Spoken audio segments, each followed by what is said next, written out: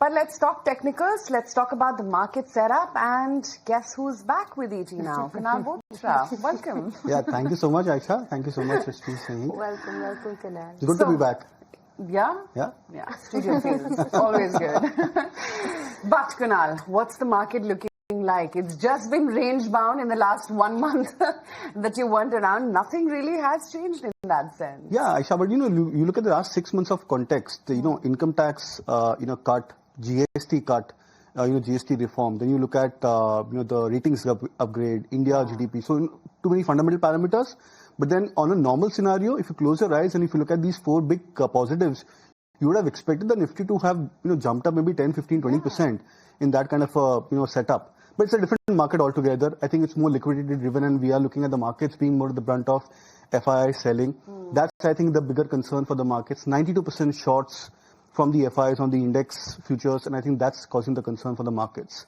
So I think it's time where we look at levels for the index, and till the time we don't break those levels on the upside, on the downside, I believe that the markets would continue to remain into a very odd kind of a volatile fashion. I call it odd because the India VIX is at 10 and 11.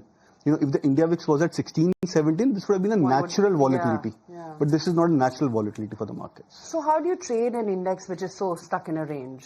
So the best way is to not play momentum. That's the more obvious strategy which happens because traders generally have this habit of trying to play momentum, look at breakouts, and then try and buy those breakout levels. But the failure rate over here is more than 50%. So you have to tweak your style a little bit more. The best way is to try and look out for stocks which are at much lower levels where the risk reward is positive. The waiting time is higher for these kind of stocks, but then I think with the risk reward in favor, the probability of you coming out into profits is much more higher.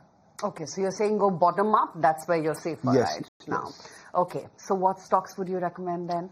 So, of course, two of the stocks which are in that similar category, one of them is HDFC Bank, a stock which has been beaten down significantly. And one of the major reasons why the Bank Nifty has underperformed in the last, I think, many weeks of such, kind of a market volatility.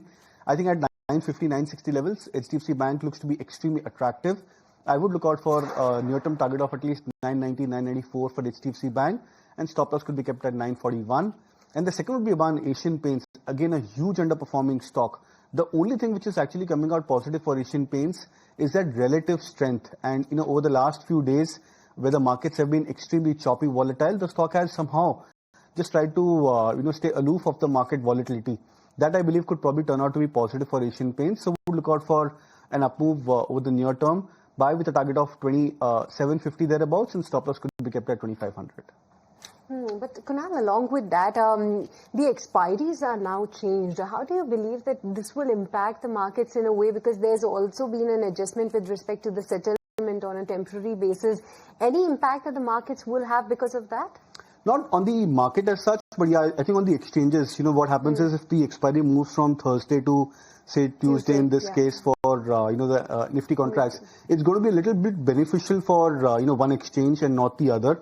But I think this is just a minor adjustment. So, what happens is when you calculate theta, when you calculate all the Greeks of the options, it's an initial adjustment which happens, but post that, once the adjustment settles off, the normal routine scenario begins.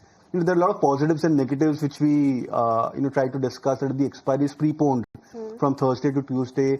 The theta, decay just falls off drastically because the weekend effect, doesn't hamper the, option prices as compared to Thursday rolling over to Tuesday. So I think that's the only minor adjustment. So maybe I think it could just take maybe 1 or 2 expiries for the markets to adjust to this kind of a change. But once that is figured out, I think the market should settle back again. But Kunal, wouldn't it dry up volumes till this adjustment takes place? So initially it happens, because there are a lot of, option particulars which generally tends to shake up when the markets change the expiry. This happened when I think the Bank Nifty expiry also changed many, months back.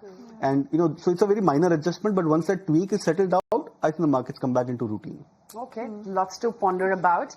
The implied open, doing nothing at all, just mildly higher.